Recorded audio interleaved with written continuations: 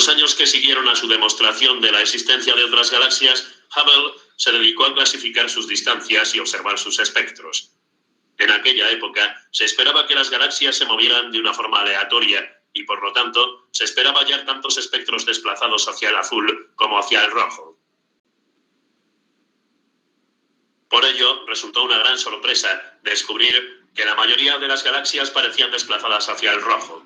Casi todas se estaban alejando. Más sorprendente incluso fue el descubrimiento que Hubble publicó en 1929. La magnitud del desplazamiento hacia el rojo no era aleatoria, sino directamente proporcional a la distancia a la que se hallaba la galaxia. O, en otras palabras, cuanto más lejos está una galaxia, con mayor velocidad se aleja. Ello significaba que el universo no podía ser estático o de tamaño fijo, como se había creído hasta entonces. De hecho, el universo se está expandiendo. La distancia entre las diferentes galaxias va creciendo con el tiempo.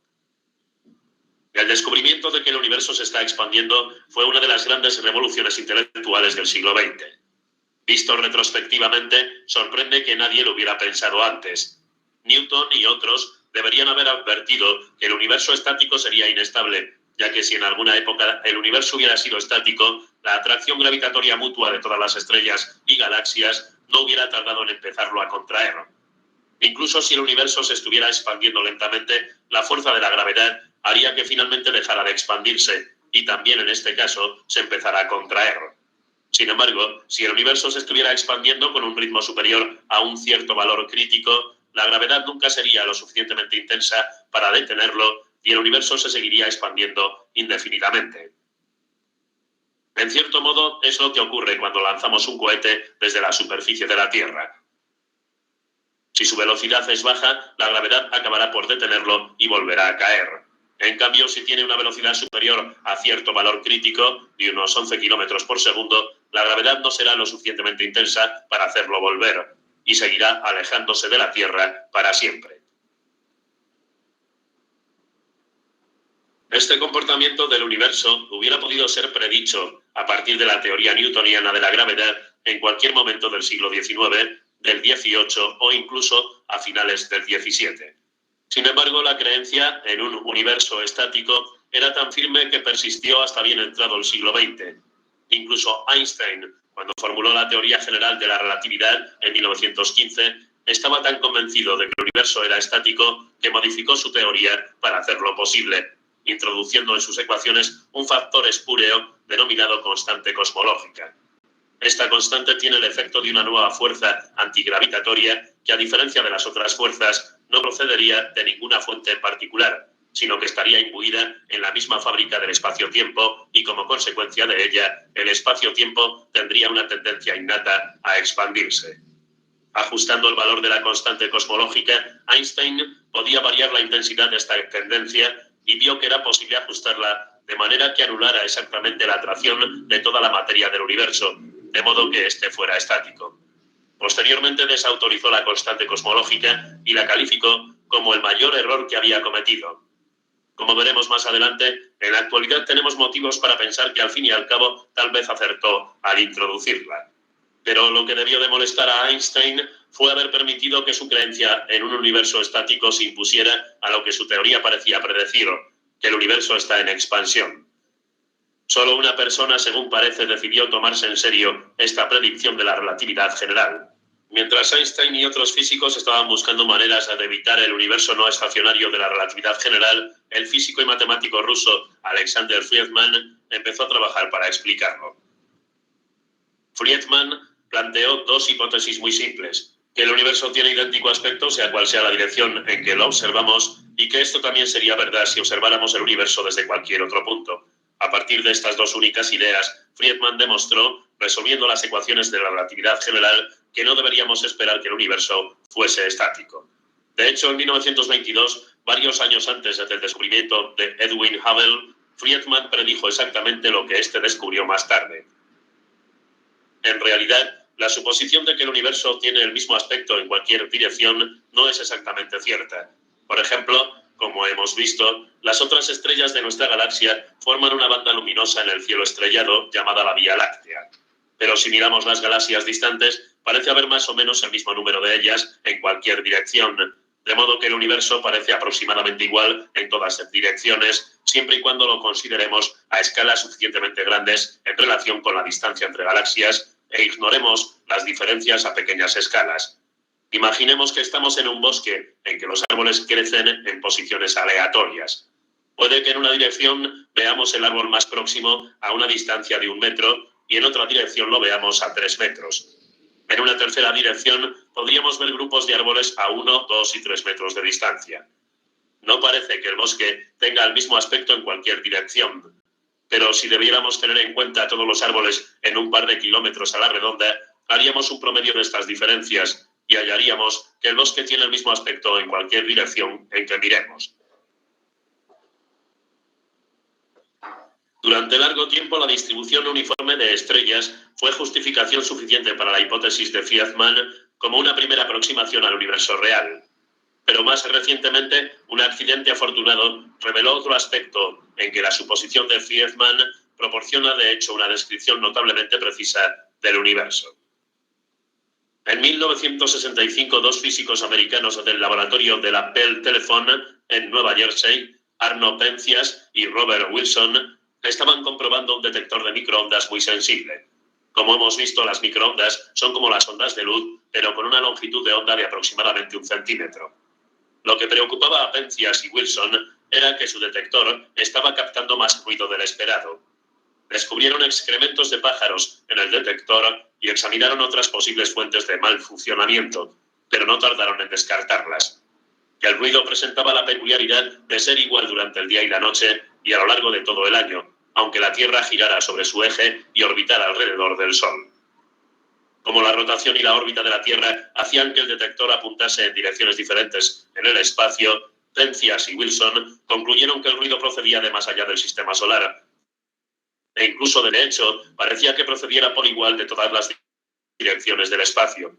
En la actualidad, sabemos que sea cual sea la dirección en que miremos, ese ruido solo varía en una fracción diminuta, de manera que Penzias y Wilson habían llegado, sin proponérselo, a una confirmación sorprendente de la primera suposición de Friedman.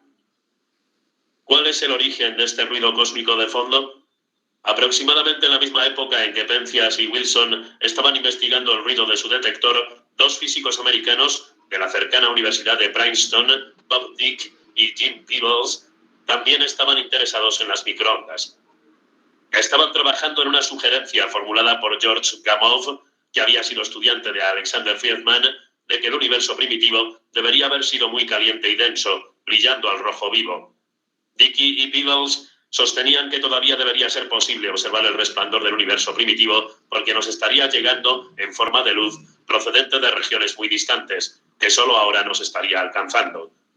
Sin embargo, la expansión del universo significa que esta luz debería estar tan desplazada hacia el rojo que nos llegaría como radiación de microondas y no como luz visible. Dickey y Peebles se disponían a buscar esta radiación cuando Penzias y Wilson se enteraron de su trabajo y se dieron cuenta de que ya la habían encontrado. Por ello, Penzias y Wilson fueron galardonados con el Premio Nobel de 1978, lo que parece una mala pasada para Dickey y Peebles, por no hablar de Gamow. A primera vista, la evidencia de que el universo tiene el mismo aspecto, sea cual sea la dirección en que se observa, parece sugerir que hay algo peculiar en nuestra posición en el universo. En concreto, podría parecer que si observamos que todas las galaxias se están separando de nosotros, deberíamos de hallarnos en el centro mismo del universo. Pero cabe una explicación alternativa. El universo también podría parecer igual en todas direcciones si lo miráramos desde cualquier otra galaxia. Esto, como hemos dicho, constituía la segunda suposición de Friedman. Carecemos de evidencias científicas a favor o en contra de la segunda suposición de Friedman. Hace siglos, la Iglesia la hubiera considerado una herejía, ya que su doctrina dictaba que ocupamos un lugar especial en el centro del universo.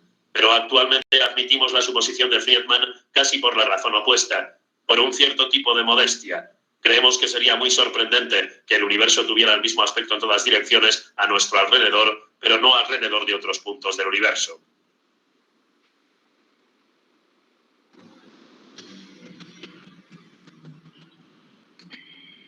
Muy bien. Hola, jóvenes. Buenos días.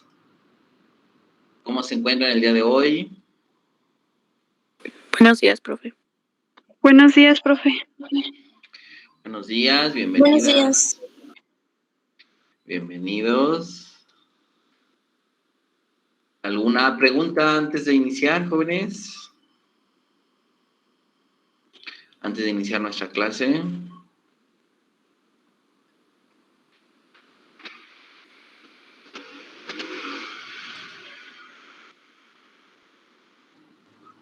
No, profe.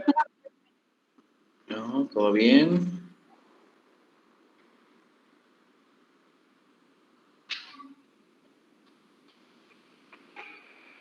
Ok.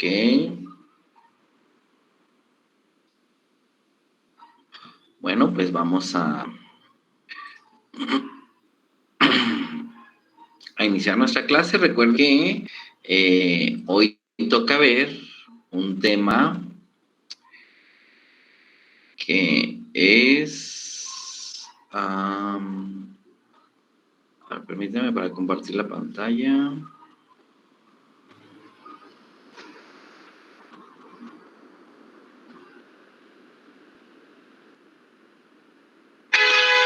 Ahí va. Bueno, según nuestra guía de estudio, el día de hoy, y como se anunció en la clase pasada, pues toca ver los mecanismos de transferencia del calor. Mecanismos de transferencia de calor, en nombre corto, el día de hoy, 24 de noviembre. Y bueno, pues toca leer, se supone que ustedes ya leyeron estas páginas. Solamente me voy a enfocar, pues, en la solución de un problema con base en ya leyeron y de las ecuaciones que allí se encuentran. Obviamente, pues cada libro tiene su forma de expresar las ecuaciones de alguna u otra manera, pero siempre es muy importante que ustedes sepan reconocer la diferencia entre una y otra fórmula. Bien, o sea, cada autor tiene sus propias formas de estudiar precisamente o de relacionar las ecuaciones. Y bueno, pues hoy toca ver esto de la transferencia de calor. Y bueno, recuerden siempre que la transferencia de calor, o más bien, el calor fluye o pasa o transita de un lugar a otro siempre y cuando haya una diferencia de temperaturas del lugar A al lugar B. Es decir, si el lugar A tiene una temperatura mayor, el calor va a fluir del lugar A al lugar B. Bien. Y eso pues va a ocurrir pues siempre, es lo que siempre se ha sabido, todas las mediciones apuntan a ello. Y esa observación, pues, nos da lugar, pues es algo muy importante que siempre ha ocurrido en el universo. Pero eso tiene una explicación ya posteriormente, ya, ¿por qué ocurre así? Bueno, pues ya eso ya tiene una explicación de frontera de física que se llama a través de la ley de la segunda ley de la termodinámica, pero eso ya es, pues, se ve en parte al finales de una licenciatura en física o algo así. Pero no es estudio correspondiente para alguien de preparatoria. Pero lo que sí sabemos es de que siempre el calor fluye de un objeto caliente a otro frío. Cuando es así, pues se tiene diferentes mecanismos de transferencia de calor. Bueno, pues como pueden ser la radiación, la convección. Miren, por ejemplo, aquí en su libro, a ver, no recuerdo dónde. Déjenme buscarlo aquí en el libro de Sears.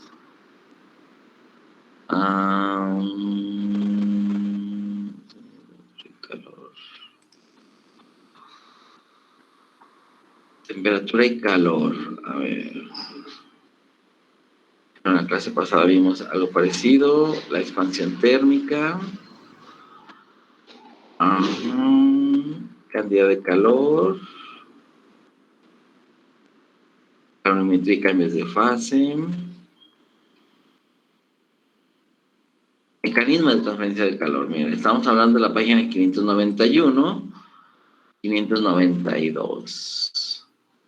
Entonces, aquí en esta página de la 592, en el libro de Sears, pues nos habla de que un objeto que está en temperatura caliente, es decir, el objeto que tiene una mayor temperatura, el calor fluye a través de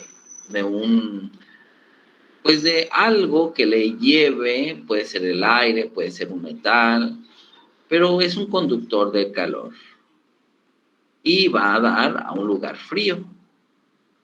Bien, y bueno, nos está diciendo que depende del área.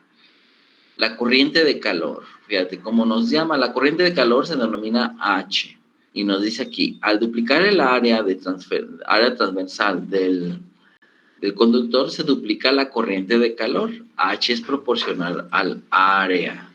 Eso se observa, es decir, si el área crece, el área de transferencia de la corriente de calor, pues la corriente de calor se duplica también. Al duplicar la longitud de corriente, la longitud del conductor, se reduce a la mitad la corriente de calor. H es inversamente proporcional a L. Es decir, si la longitud aumenta, la transferencia de calor o la corriente es menor. Y bueno, esos mecanismos de transferencia dice, los tres mecanismos de transferencia de calor son conducción, convección y radiación. Bien. La conducción dentro de un cuerpo o entre dos cuerpos que está en contacto. La convección depende del movimiento de una masa, de una región del espacio a otra. Y la radiación... ¡Vámonos! A ver, permítanme un momento. Un momento.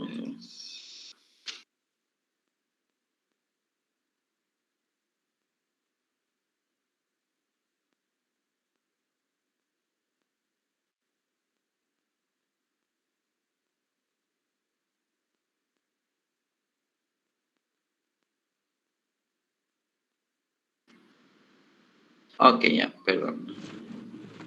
Ajá, tenemos aquí que la convección depende del movimiento de una masa de una región del espacio a otra. La radiación es la transferencia de calor por radiación electromagnética, como la luz del sol, sin que tenga que haber materia en el espacio entre los cuerpos. Bien, son las tres formas de transferencia de calor. Y bueno, aquí está una de ellas, por ejemplo,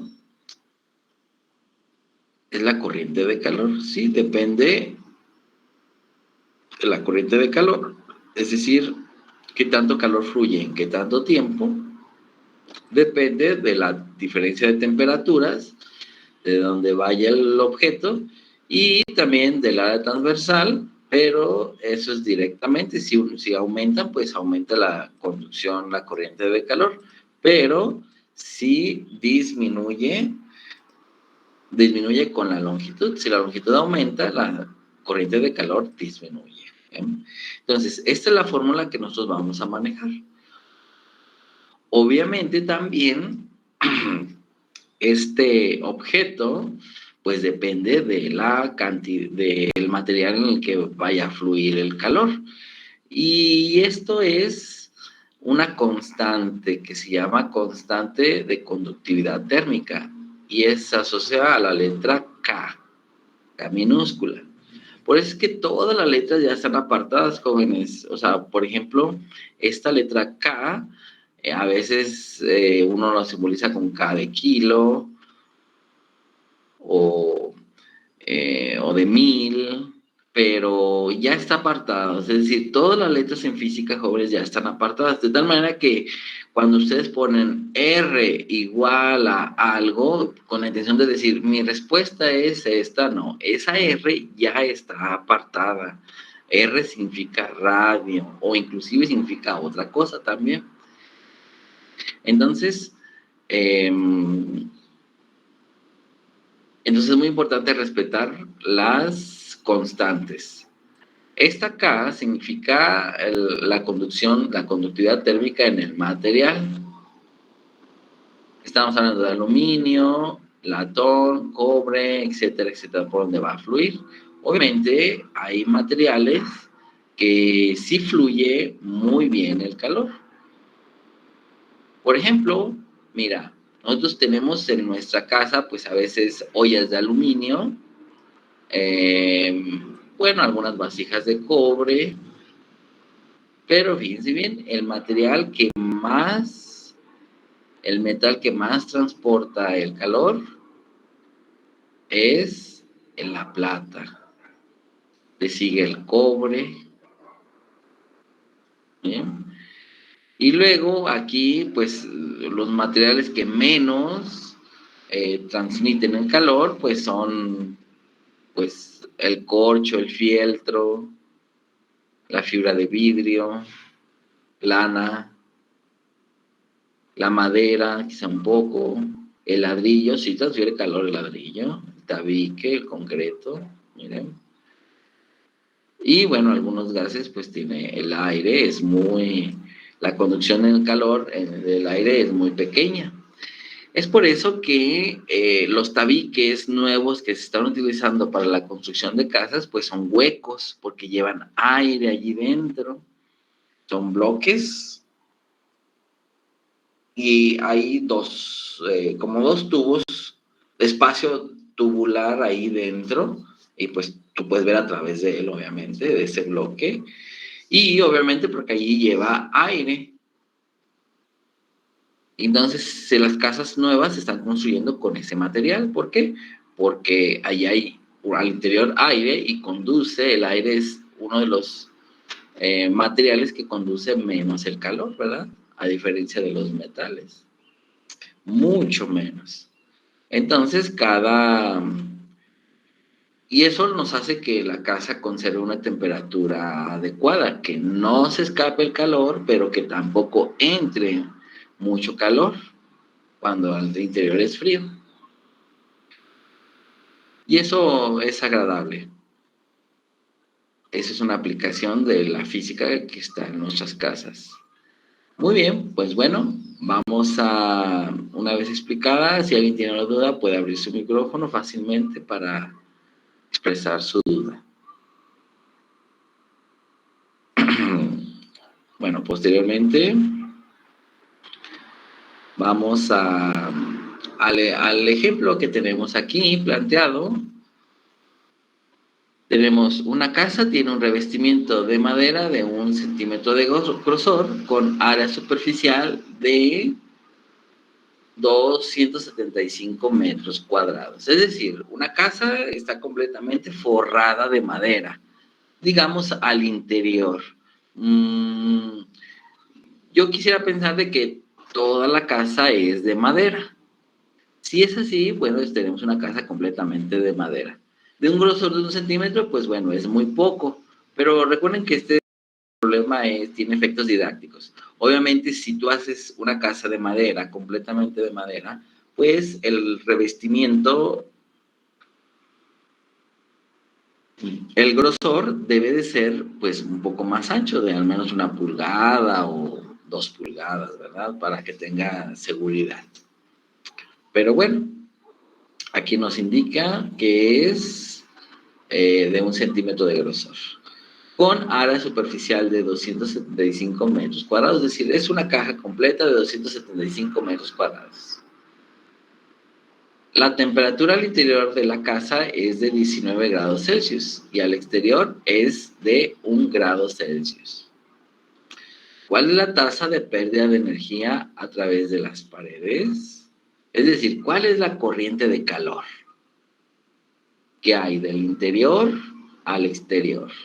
porque al interior la temperatura es de 19 grados Celsius y al exterior es de 1 grado Celsius. Quiere decir que hay un objeto allí caliente en medio de, pues todo el ambiente es de 1 grado Celsius, está a una temperatura pequeña. Entonces, el calor fluye de la casa, del interior de la casa hacia el exterior. Y esto ya nos lleva, pues, a plantear que hay una transferencia de calor del interior de la casa al exterior a través del mecanismo que acabamos de ver, de corriente de calor, ¿verdad? Y bueno, también se nos pregunta cuál es el costo de calentamiento energético a 0.10 kilowatts, 0.10 dólares, bueno, ese es el costo en dólares por kilowatt hora. Es cuestión de ver cuánto es lo que cuesta aquí en México el costo por kilowatt hora si uno quiere mantener, bien, si uno quiere mantener la temperatura de la casa a 19 grados Celsius. Puede ser más, pues va a costar un poco más, pero vamos a ver de esta manera. ¿Qué vamos a hacer? Bueno, vamos a resolver este problema. Voy a cambiar a mi tablet.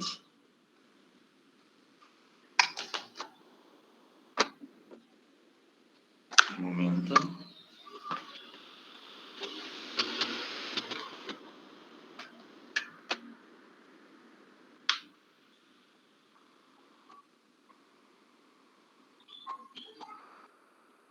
Bien, aquí está. Bueno, vamos a resolver este problema, ¿va? Y pues vamos a darle solución.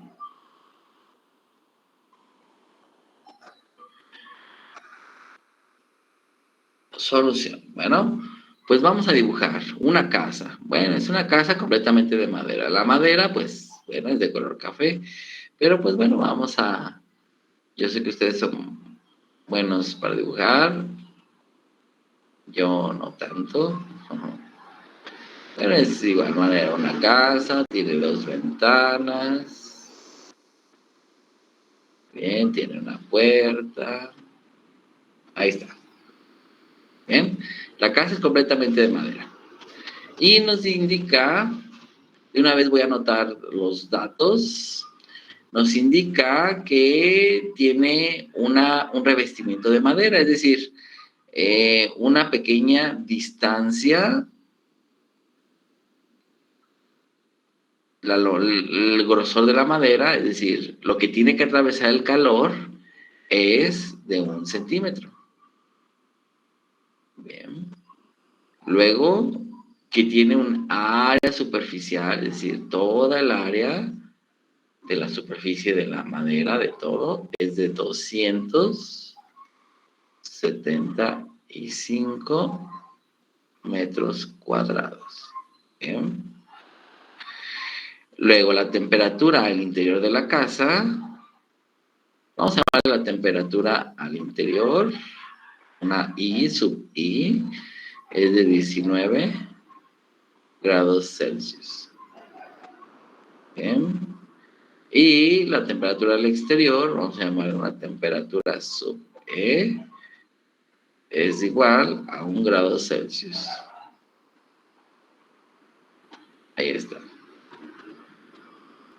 Y luego se nos pide cuál es la tasa de pérdida de energía a través de las paredes. Entonces, se nos pide pues el calor, ¿verdad? ¿Cuánto calor fluye? Lo voy a dejar de rojo para no perderlo. Es decir, se nos pide H, ¿cuánto calor? Por unidad de tiempo. ¿Cuál es la tasa de pérdida de energía a través de las paredes? Es el calor. Y luego se nos pide cuál es el costo del calentamiento energético por kilowatt hora. Este costo. Bueno, también se nos está pidiendo una característica.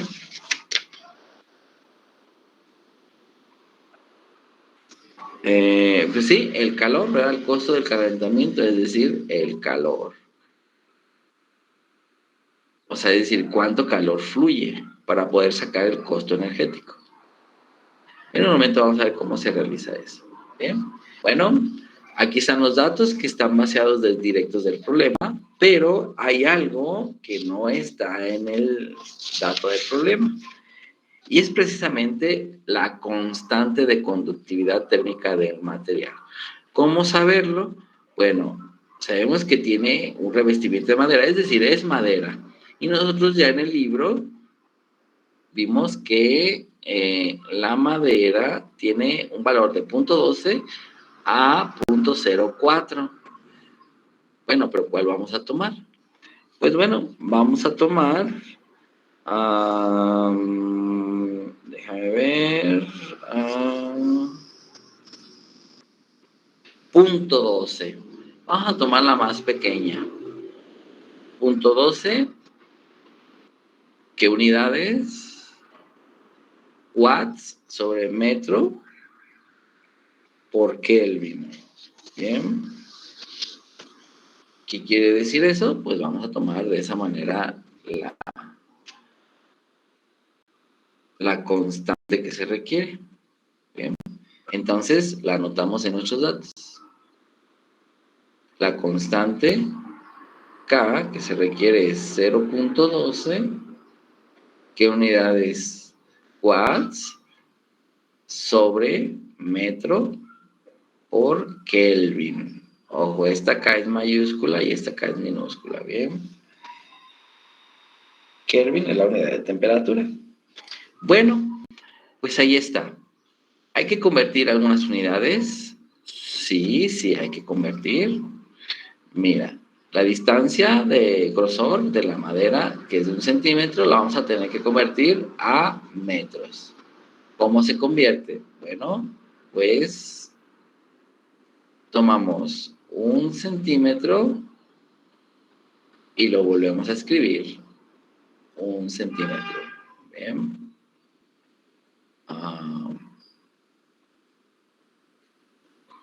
1 centímetro. Bien. Y lo vamos a multiplicar por un factor de conversión. Este factor de conversión es una fracción y la palabra centímetro va abajo para que se pueda eliminar y la palabra metro va arriba, pues es lo que queremos que se quede. ¿Qué relación hay de metro y centímetro? Bueno, que 1 metro equivale a 100 centímetros. Y por lo tanto, pues tenemos que es 1 por 1 sobre 100. Y obviamente 1 centímetro es 0.01 metros. ¿Bien? Y esto es 1 centímetro. ¿Bien? Ahí está nuestra primera conversión. Luego, ¿qué más hay que convertir? Bueno, aquí la temperatura debe de estar en grados, perdón, debe de estar en kelvins. ¿Por qué? Porque la constante de conductividad térmica está en Kelvin. Por lo tanto, ambas unidades debemos de transformarla en Kelvin.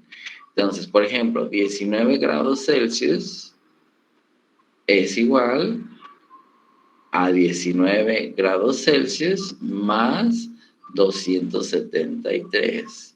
Y esto es, bueno, al fin y al cabo se va a hacer una diferencia de temperaturas. Pero bueno, si fueran 20, pues tenemos 293, pues ahora tenemos 292, ¿verdad? 292 kelvins. Y esto equivale a 19 grados Celsius. Ahí está otra conversión. Y también 1 grado Celsius, pues solamente le sumamos 273, ¿verdad? Bueno, entonces, ¿qué hacemos? Pues volvemos a escribir los datos ya convertidos. Bueno, tengo una distancia de 0.01 metros. Tengo un área de 275 metros cuadrados. Tengo una temperatura al interior que es de 292 kelvins. Una temperatura al exterior de 274 kelvins y una constante térmica para la madera de 0.12 watts sobre metro por Kelvin. Y obviamente se nos pide la H, cuánto es, y el calor que se escapa. ¿Ven? Entonces, ¿qué hacemos? ¿Qué estrategia vamos a plantear?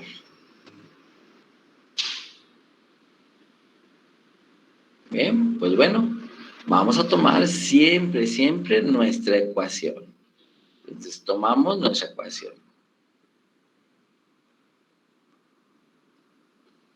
La ecuación. ¿Cuál ecuación? Pues la que acabamos de ver, de transferencia de calor, que está acá en nuestro libro. Mira, H es igual a K por A por la diferencia de temperaturas entre L. Y ahí está. Bien, entonces la anotamos. Voy a anotarla de rojo. Entonces dice H es igual a la constante por el área por la temperatura del interior, que es la caliente, ¿verdad? Menos la temperatura del exterior, que es la menor, entre la longitud. Bueno, la longitud en realidad es la distancia que tiene que atravesar el calor en la madera.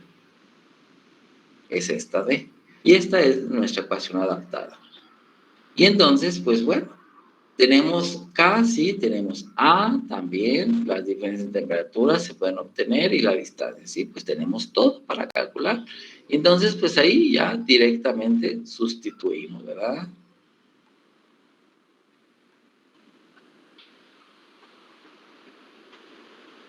Vamos a sustituir. Entonces, pues tenemos que se nos pide H. Bien. Y esto es igual, ¿a quién? A la K. ¿Cuánto vale K? 0. Abrimos un paréntesis, puede hacer muchas multiplicaciones. 0.12, ¿verdad? ¿Qué unidades? Watts sobre metro por Kelvin.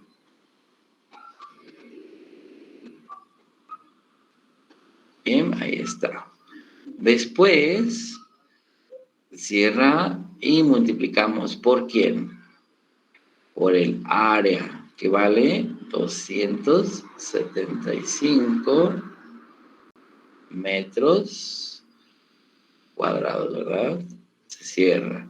Y luego hay una fracción.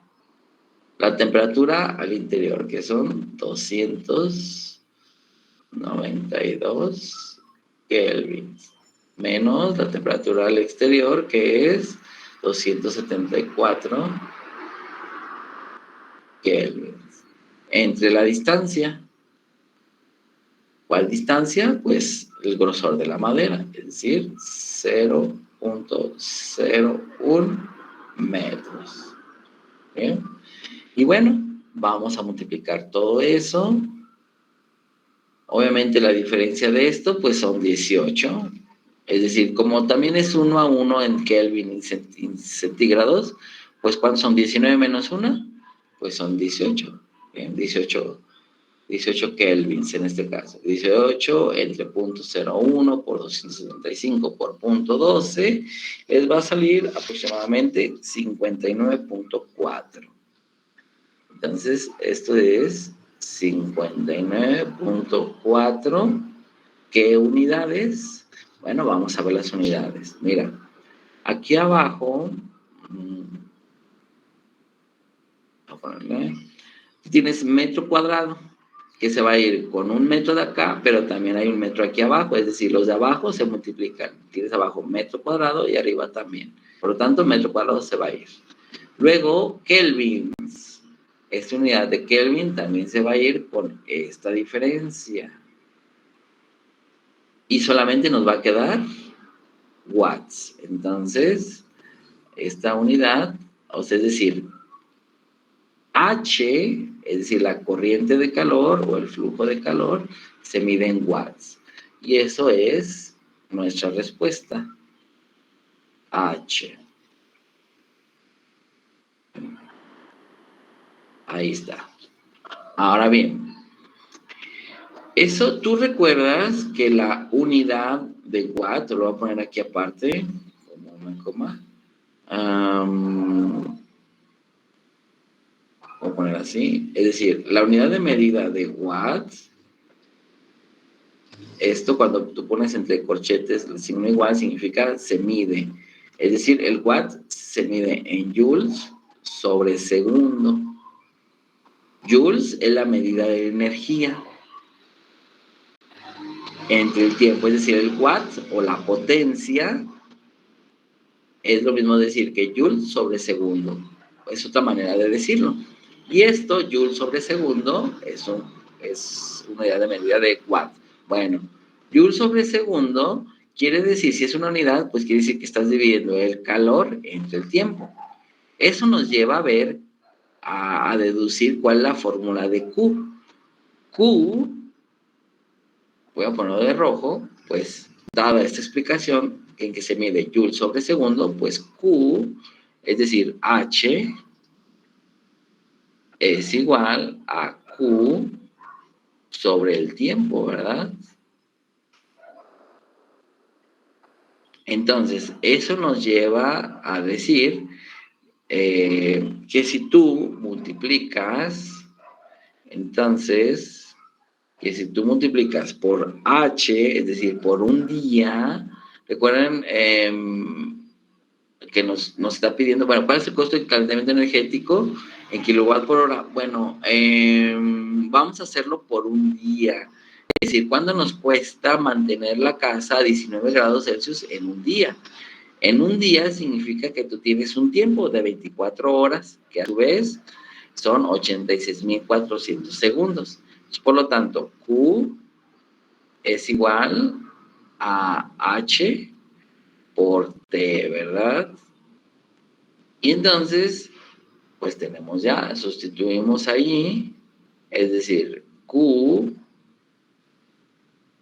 es igual a H. ¿Cuánto vale H? Ya lo obtuvimos, mira, 59.4. 59.4, ¿qué unidades? Joules sobre segundo. Que lo voy a multiplicar por el tiempo. ¿Cuánto tiempo? Pues 24 horas. Es decir, son 86.400 segundos. En un día hay 86.400 segundos. Si tú multiplicas esto, bueno, vas a obtener una cantidad enorme de aproximadamente 5.13 por 10 a la 7. A ver, vamos a ver. Aquí son 1, 2, 3, 4, 5, 6, 7 a la 8. Por 10 a la 8. ¿Qué unidades? Pues segundo. Entre segundo se va y queda en joules. Obviamente el calor se mide en joules. ¿Bien? Esta es el calor que fluye, la cantidad de calor que fluye en un solo día. Pero ahora bien, pues eso cuesta mantener a la casa a esa temperatura. ¿Bien? Esta temperatura, a ver, pero creo que hice mal la cuenta, son 59.4 por 86.400 da 5.17 por 10 a la 9, no a la 8. Perdón, es por 10 a la 9. Por 10 a la 9. ¿Bien? Ahí está. Bueno, este es el calor que fluye de la casa al exterior durante todo el día. Ahora bien, pero el costo energético porque mantengas esta tasa de flujo de calor o este calor a lo largo del día, quiere decir que la temperatura del interior de la casa se conserve. Bueno, si tú tienes un calefactor, pues eso cuesta energía. Y bueno, pues vamos a convertir. Es decir, esto es hacer una conversión de unidades. Es decir, es 5.17 por 10 a la 9 joules. Bien, lo vamos a multiplicar por un factor de conversión. Es decir, ¿cuánto es la conversión de joules a kilowatt hora? Es decir, lo voy a convertir de joules a kilowatt hora. ¿Por qué? Porque me están pidiendo por kilowatt hora, mira. Entonces, esto está en las tablas. Es decir, un kilowatt hora, bien, un kilowatt hora equivale a 3.6 por 10 a las 6 joules. Bien. Es decir, un kilowatt hora equivale a 3.6 por 10 a las 6 joules. Esto uno puede ir a las tablas y corroborar esta información. Ahora bien, pero el kilowatt hora tiene un costo, ¿verdad? Entonces vamos a tener que multiplicar por otra fracción. Pues ese costo es de 0.1 dólar. En este caso, dólar se mide ahí en dólar porque el ejemplo es de Estados Unidos. Se mide 0.1 dólares. Cuesta un kilowatt hora, ¿verdad? Un kilowatt hora. Y entonces, al multiplicar esto, pues nos tiene que dar, ¿qué unidades? Fíjate, ¿cómo es el arreglo de las unidades? Mira, tienes una cantidad en joules, obtienes su equivalente en kilowatt hora, pero a su vez te están dando el costo por kilowatt hora. Entonces, es como una cadenita. Joule se va con joules. Kilowatt hora se va con kilowatt hora y nos queda la unidad de medida del dólar, es decir, el costo, el precio. Si tú multiplicas 5.17 por 10 a la 9 por 1, 3.6 por 0.1, pues nos va a dar aproximadamente 142.50, en este caso dólares. Nosotros habremos de investigar cuánto cuesta el kilowatt hora aquí en México, o al menos cómo nos llega nuestro recibo por kilowatt hora. Ahí viene también el costo. Entonces, con eso tú ya puedes obtener el costo. Y ahí está. Entonces, ya para terminar nuestro problema, digamos, de manera clásica, pues escribes la respuesta, ¿verdad? Entonces, ¿cuál? A través de las paredes. Bueno, puedes decir a través de las paredes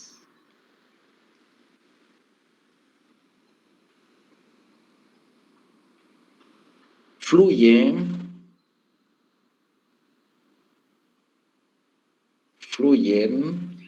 59.4 watts. ¿Bien? Y el costo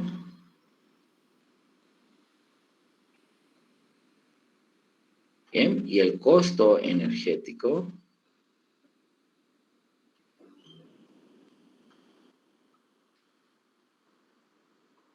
es de 142.50 dólares. Bien, ahí está. Ahí está la respuesta y aquí está el problema. ¿Alguien tiene alguna pregunta?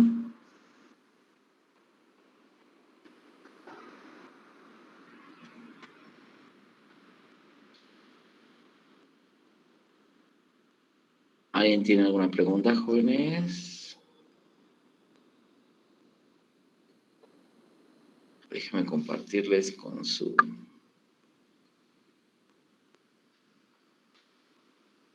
Se quede allí.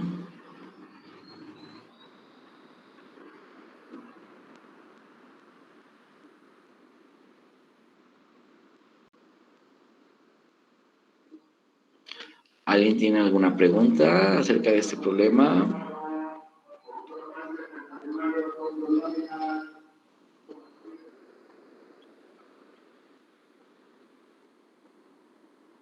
¿No? ¿Nadie? Pues bueno. Profe, Diga. yo nada más quisiera saber si es lo que también, bueno, a mí me tocó algo parecido y voy a ocupar la misma fórmula. No sé, ¿qué dice su problema?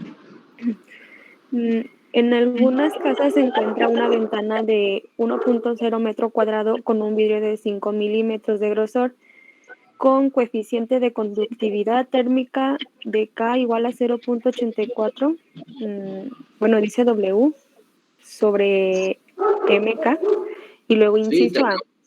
acabo de decir que significan esas Ajá. unidades. Y luego dice inciso A, ¿cuánto calor es perdido a través de esta ventana si la diferencia de temperatura entre el interior y el exterior es de 21 grados centígrados? B, supón que todas las dimensiones de las ventanas son dobladas, largo, alto y grosor. ¿Cuánto calor es perdido en estas condiciones? Así es. Así Gracias, es. maestro. Sí, es el mismito, es decir, se resuelve a través de los mismos pasos. Gracias, profe. Muy bien. ¿Alguna otra duda, jóvenes?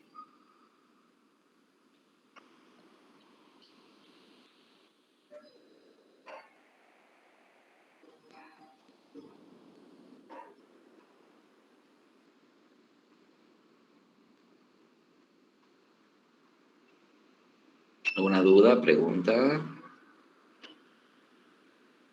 ¿No? ¿Nadie? Bueno, pues si no hay más dudas, preguntas, terminamos la clase por el día de hoy. Gracias, profe. Gracias, profe. Hasta luego, adiós.